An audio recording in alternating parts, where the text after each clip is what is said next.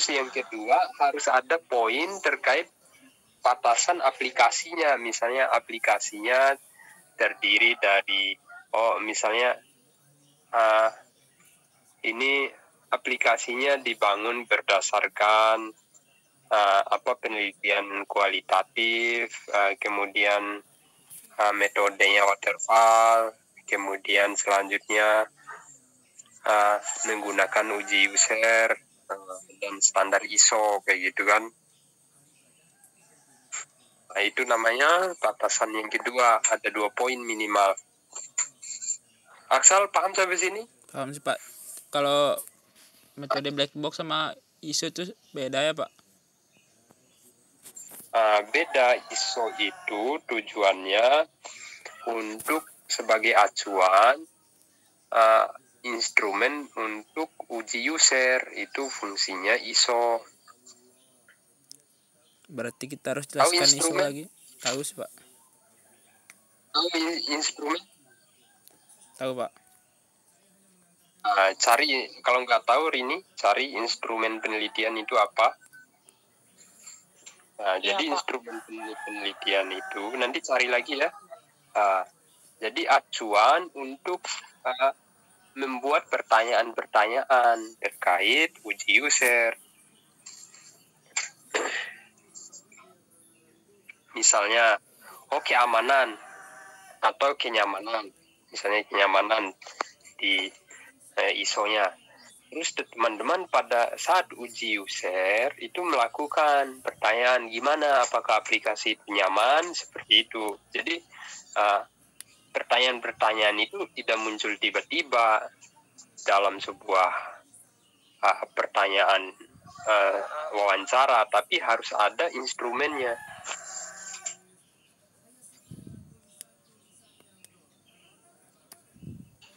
Ini urutannya harus Rini sama Aksal, urutannya harus sesuai panduan ya, nggak boleh dibolak-balik kayak gini ya. Iya Pak. Iya. Rini ada pertanyaan tadi?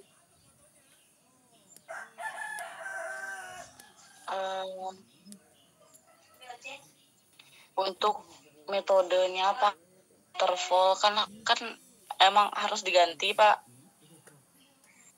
Ya, biar nggak sama dengan, bisa menggunakan waterfall asalkan argumennya nanti kuat dan nggak boleh sama dengan kata-kata yang sama dengan kata-kata yang kakak tingkatnya atau yang uji kemarin.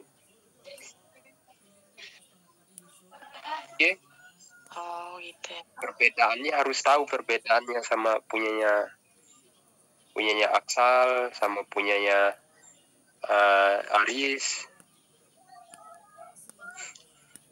Oke? Iya Pak. Iya Pak. Nanti saya kirim punyanya Aris juga sampai sama ya. Iya Pak. Jadi ini proposal itu jangan dianggap remeh, karena nanti kalau salah atau terlalu keliru nanti bisa ganti judul kayak gitu, harus menulis ulang. Aksal, ingat ya Aksal, jangan main-main. Nah, kemudian setelah batasan masalah apa lagi? Tujuan penelitian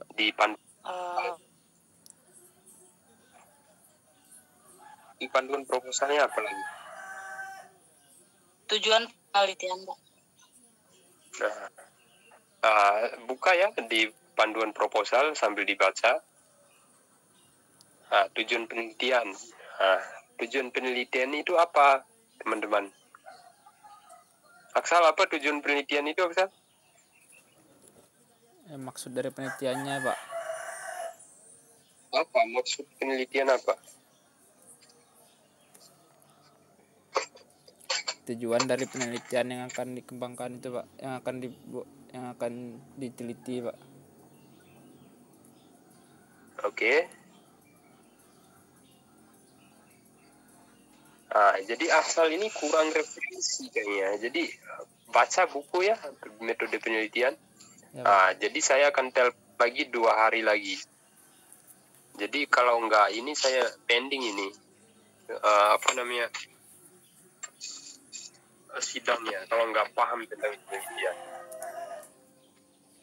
Karena lebih baik saya pending daripada diganti oleh dosen penguji seperti itu. Jadi Aksal harus tahu apa itu tujuan penelitian. Kemudian Rini, apa itu tujuan penelitian? Tujuan penelitian itu Pak, jadi dari aplikasi yang akan kita buat. Jadi misalnya fungsi dari aplikasi itu apa, terus cara kerjanya kayak gimana. Jadi tujuan dari penelitian yang akan kita bahas atau tujuan aplikasi yang akan kita buat untuk untuk desa yang sedang kita teliti gitu Pak. Itu menurut Karang sendiri atau gimana ini? Karang sendiri Pak. Jadi lagi bukunya, metode penelitiannya, itu dicatat. Iya, Pak. Jadi semuanya tadi dicatat semua, itu pertanyaan yang saya tanyakan, kemudian argumen yang saya rekomendasikan tadi itu dicatat semua ya. Ada? Udah dicatat semua? Iya. Udah sih Pak. Sudah Pak, sambil rekam juga Pak. Oke. Nah, jangan sampai ini saya udah kasih tahu ini, jangan sampai teman-teman lupa atau keloloran. Oke, selanjutnya. Setelah tujuan penelitian apa lagi? Sistematika laporan. Manfaat penelitian. Mana yang benar? Manfaat dulu. Ya manfaat dulu Pak, manfaat. Panduan. Manfaat, Pak. penelitian. Ya Pak. Jadi manfaat penelitiannya poin-poinnya apa aja? Oksal. Poin yang perlu dilakukan dalam manfaat penelitian itu apa aja, teman-teman? Jadi baca lagi ya, manfaat penelitian itu melingkup apa aja di bukunya. Jadi kalau yang saya ketahui manfaat penelitian ini dijadikan acuan aja ya, jangan sampai ikut saya kayak gitu. Jadi harus jelas di buku kayak gitu. Yang pertama itu kalau seingat saya, bisa juga lupa saya ini kan, jadi harus ada manfaat bagi kampus kayak gitu kan. Iya Pak. Manfaat, Pak. kemudian manfaat bagi objek penelitian, misalnya desa kayak gitu kan, atau sekolah. Terus manfaat untuk peneliti selanjutnya. Ada 3 poin itu ya. Kemudian kalau mau nambahkan ada manfaat untuk pengguna. Oke? Iya Pak. Ya Pak. Baik. Selanjutnya apa lagi setelah itu? Sistematika penulisan. Isinya apa sistematika penulisan?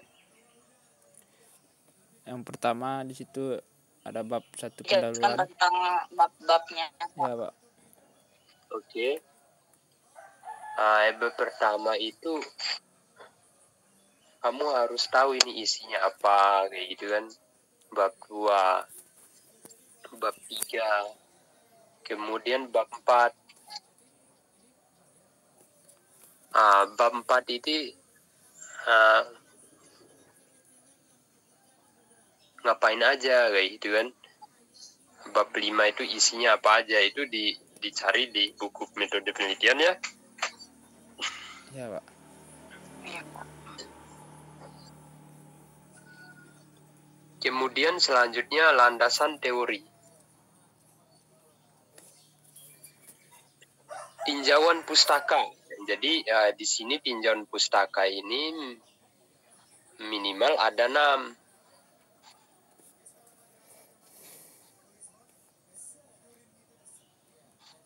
Ada 6 ya? Ya Pak. Tinjauan pustaka. Pak. Udah ada 6. Ya ada 6 saya Pak. Iya Pak. Ada 6 ini. Jadi isinya terdiri dari judul, nama orangnya, kemudian judul, kemudian masalahnya apa di penelitian itu. Kemudian setelah itu metodenya apa. Metode yang digunakan, kemudian aplikasinya yang digunakan, kemudian baru kesimpulannya. Jadi ada berapa tadi, Aksal? 6. Bukan, isi dari metode tinjauan pustaka itu. Pertama ada nama, Nama, nama, Terus? judul, terus tujuan, metodenya, metode aplikasi perancangannya, tujuan dulu. Tujuan dulu ya. Ya, Pak. Tujuan baru metode. Terus habis metode apa lagi? hasil penelitiannya, Pak. Aplikasinya dulu, aplikasinya apa, baru Aplikasi hasilnya. dulu. Ini diperbaiki ya, ditambahin kalau kurang ya. Jadi setiap poin itu ditambahin itu. Iya, Pak. Kemudian di akhir tinjau pustaka itu kamu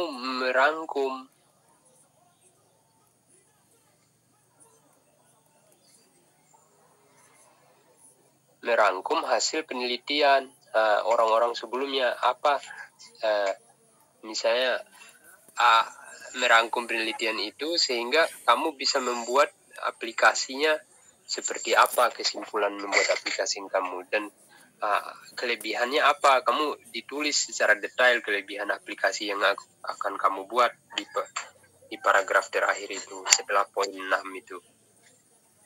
Misalnya ada sampai uji user kayak gitu kan, supaya memastikan tepat sasaran. Ditulis mulai dari judul, kemudian bukan mulai dari judul, mulai dari apa itu penelitian kamu, kemudian metodenya apa, kemudian aplikasinya apa, kemudian tesnya apa aja, metodenya apa aja, aplikasinya apa aja, kemudian hasil yang diinginkan sampai mana kayak gitu kan. Kemudian apa perbedaan dengan sebelum hasil yang diinginkan, apa perbedaan dengan peneliti sebelumnya dari ke-6 itu, apa kira-kira perbedaannya dari ke-6 penelitian kamu di atas. Oke? Ya, Pak. Iya, Pak. Setelah itu ada dasar apa lagi? Dasar teori. Ini Rini nggak ada dasar teori di sini, langsung ke aplikasi. Iya, Pak. Jadi perlu ada dasar teori ya. Kamu harus baca panduan Rini. Ini salah dari tadi saya lihat di bab 1 juga. Iya, Pak. Ini dasar teori ini diambil dari variabel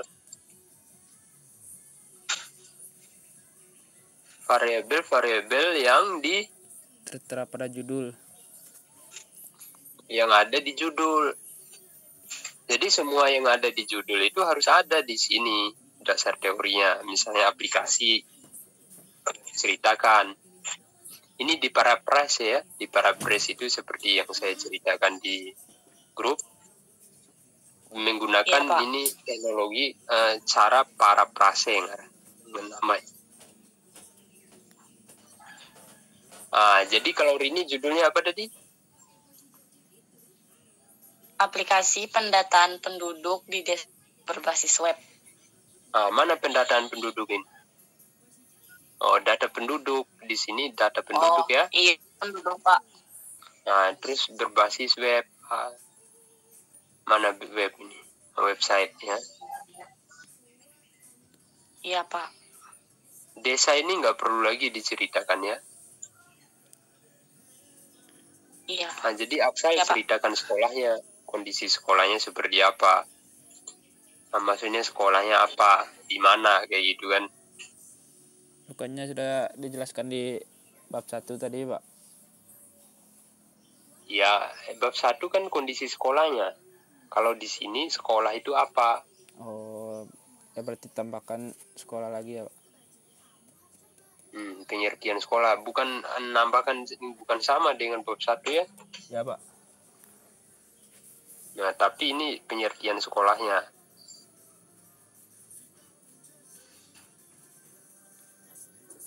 Terus setelah itu menggunakan bahasa pemrograman apa aja Rini? Setelah Iya, Pak. misalnya aplikasinya PHP, jelaskan. MySQL. Iya. Terus apalagi? Flowchart, UML. Kemudian metode penelitiannya, kamu tulis metode penelitian ya. Iya, Pak. Metode penelitiannya. Kemudian metode penyimbangan perangkat lunaknya.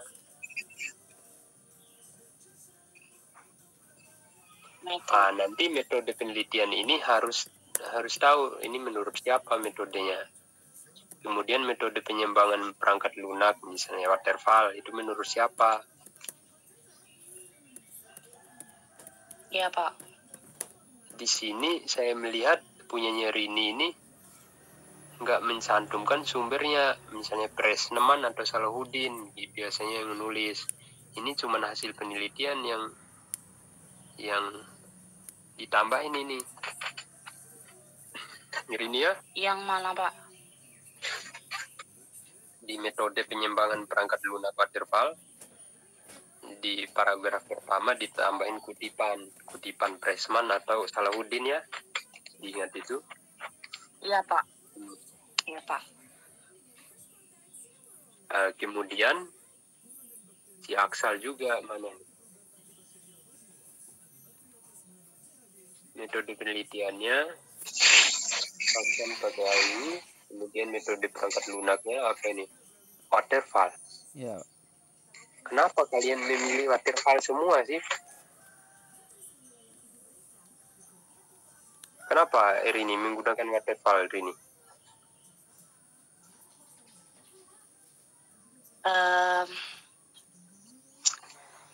Karena memang Pak. Hah? Karena kan metode waterfall juga kan metode yang dicari ya. Aduh. Nah, jadi metode waterfall itu apa keunggulannya? Terus apa kekurangannya? Terus kenapa nggak menggunakan metode lain kayak gitu kan? Metode lain kekurangannya ini kayak gitu kan? Cari kekurangannya. Ya. Sedangkan di waterfall seperti ini. Tidak ada kekurangan yang seperti ini. Kemudian kamu harus tahu juga kekurangan di metode waterfall ini. Jangan hanya tahu kelebihannya. Minimal tahu walaupun nggak ditulis di sini ya. Iya, Pak. Walaupun nggak ditulis di laporan, tahu kelemahannya. Nanti bisa ditutupi seperti ini kelemahannya. Terus teknik pengujian sistem. Kenapa menggunakan black box? Apa kelebihannya?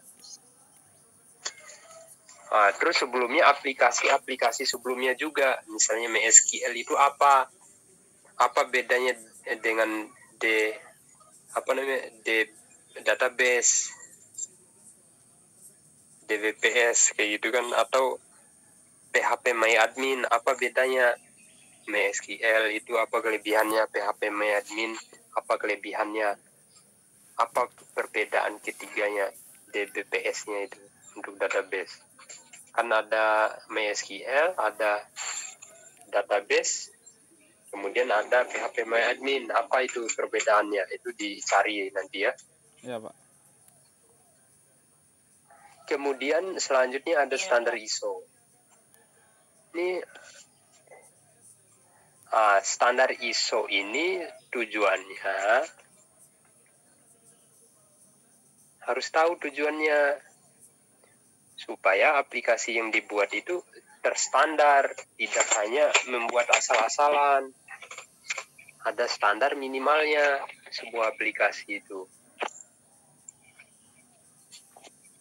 Kalau nggak memiliki standar minimal, nanti kan kamu nilainya, misalnya kamu nilai ujian misalnya 30. Kalau nggak ada standar minimal ya kamu lolos-lolos aja kalau nilai ujian nasionalmu 30, seperti itu kan. Ya, Pak. Nah, jadi harus ada standar minimal juga dalam sebuah aplikasi supaya dinyatakan bisa lanjut, bisa lolos kayak gitu kan.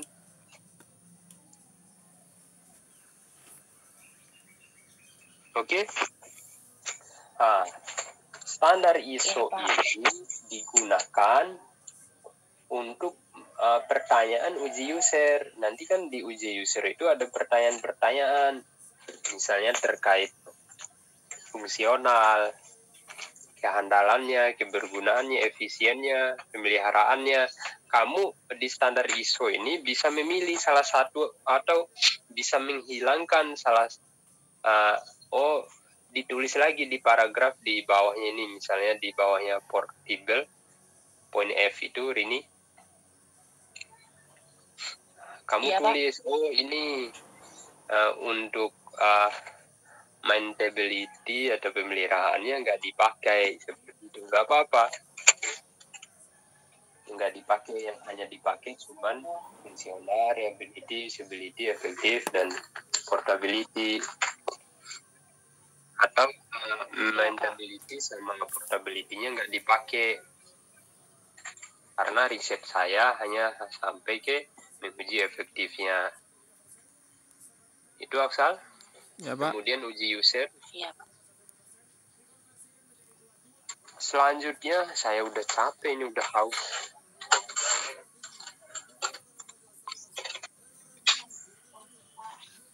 Selanjutnya metode penelitian. Jadi di sini di metode penelitiannya di landasan teori tadi di bab 2 itu terkait membahas secara rinci mulai dari pengertian, jenis, perbedaan, kekurangan, dan seterusnya, termasuk MySQL apa kekurangannya, pakai versi apa gitu. Nah, sedangkan untuk metode penelitian di bab 3 itu menceritakan apa yang kamu lakukan pada saat penelitian ke depan. Nah, yang pertama, teman-teman harus tahu metodenya apa, metode yang digunakan.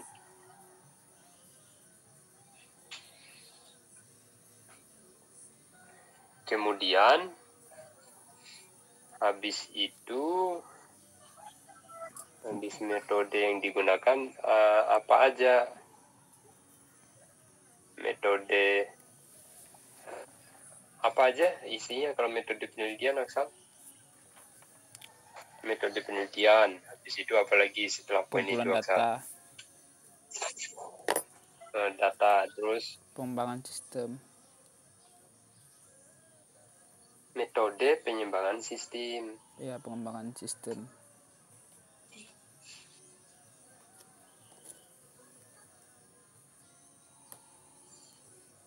Ini punya Rini berantakan banget ini.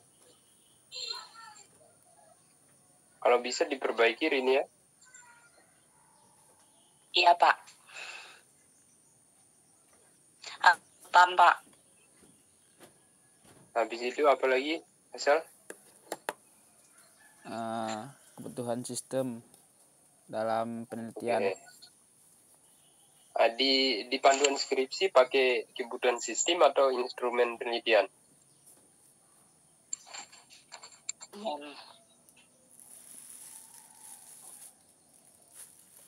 Hah?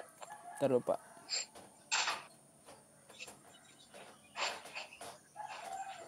Ini harus tahu juga ini pakai kebutuhan sistem atau instrumen.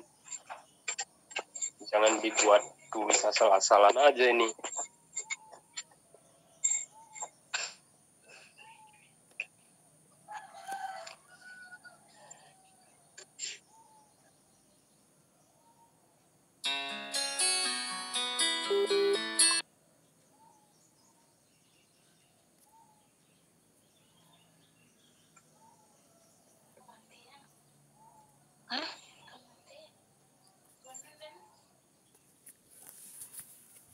Oke, sudah.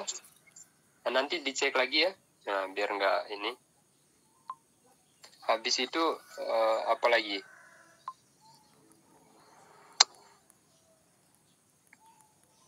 Nanti kebutuhan penelitiannya terdiri dari usulannya, misalnya perangkat kerasnya apa, dijelaskan secara rinci, kemudian perangkat lunaknya apa. Nah, perlu tahu juga sampai versi apa database-nya, MySQL-nya menggunakan versi apa, PHP-nya versi berapa, kenapa menggunakan versi itu. Di sini perlu dicantumkan versinya. Dan di pemahaman teman-teman harus tahu kekurangan PHP dibandingkan dengan PostgreSQL, misalnya SQL dibandingkan dengan PostgreSQL. Nah, jadi harus tahu perbandingannya, harus dianalisa walaupun nggak ditulis di sini. Oke? Oke, Pak. Setiap aplikasi yang dibuat itu harus dianalisa kelebihannya apa, kelemahannya apa, kenapa menggunakan ini, kelemahan misalnya kalau kan database itu kan ada bisa menggunakan MySQL, bisa menggunakan PostgreSQL, misalnya PostgreSQL itu kelemahannya apa kayak gitu kan. Karena kalau saya menggunakan PostgreSQL itu data-datanya terlalu berat. Nah, seperti itu. Harus dianalisa kayak gitu. Skripsi itu bukan hanya nulis-nulis saja. Habis itu apa lagi? Selesai kebutuhannya, kalau selesai kebutuhan pengguna, kebutuhan sistem, Pak. Ya. Terus habis itu apa lagi? Waktu dan tempat penelitian. Oke, waktu dan tempat penelitian. Mana ini? Hari ini nggak ada waktu dan tempat penelitian. Hari ini? Oh iya Pak, nggak ada. Kenapa kamu nggak ada? Ada di paling ini Pak. Nggak ada. Cuman Ada. ini cuman apa? Cuma ini aja.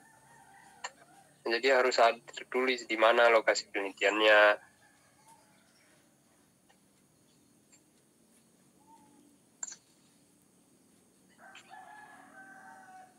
Ini Aksal malah menjelaskan gambaran umum ini. Ya, Pak. Aksal? Ya, Pak. Jadi bukan seperti ini isinya. Waktu dan tempat penelitian. Itu gambaran umum menjelaskan lokasi penelitian, misal sekolah. Sekolahnya seperti ini, kayak gitu kan. Sekolah apa, sekolahnya seperti apa, kondisinya seperti apa, hari ini juga. Nah, jadi desanya seperti apa, menggunakan manual, kayak gitu. Itu diceritakan di sini, bukan di pendahuluan. Ya Pak. Kemudian jadwal penelitian.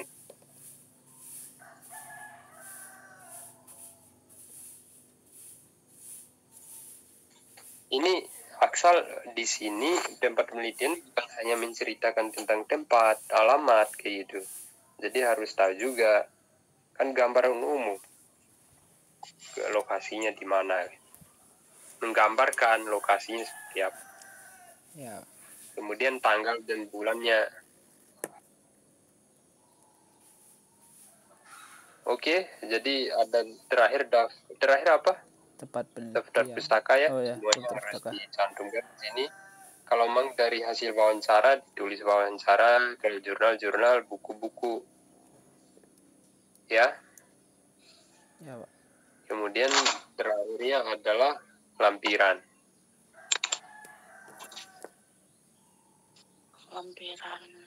Lampiran ini berisi apa kira-kira masalah.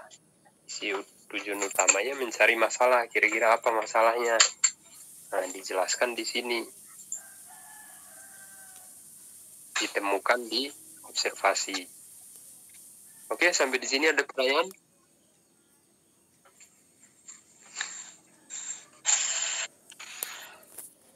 berarti kita Kalau nggak tambah ada, isunya Pak. ya kalau bisa tambah ISO-nya. Dan harus tahu kenapa harus tambah ISO kayak gitu, seperti yang saya ceritakan tadi.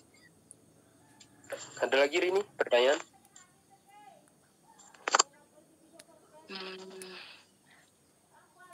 Kalau nggak ada, saya tunggu 2 hari lagi. Nah, saya menguji. Ya. Kalau nggak lolos pada uji itu belum bisa kalian uji benaran ya. Ya Pak. Oke, sekian. Saya mau capek juga ini. Baik, Udah Pak. haus. Ya, lebih Puasa, dan Pak. kurangnya saya mohon maaf ya. Ya Pak. Jika ada kata-kata yang kasar. Jadi itu adalah bagian dari bimbingan ya. Jadi saya nggak berniat Pak. untuk mematikan karakter teman-teman, bukan berniat untuk menjelekkan karyanya teman-teman, tapi ini untuk kesempurnaan dari proposalnya. Walaupun nggak menuju kesempurnaan, minimal tidak ada ini, memperbaiki terus menuju ini ya, kesempurnaan. Nah, sekian, mungkin itu aja. Assalamualaikum warahmatullahi wabarakatuh. Waalaikumsalam warahmatullahi wabarakatuh. Waalaikumsalam warahmatullahi wabarakatuh.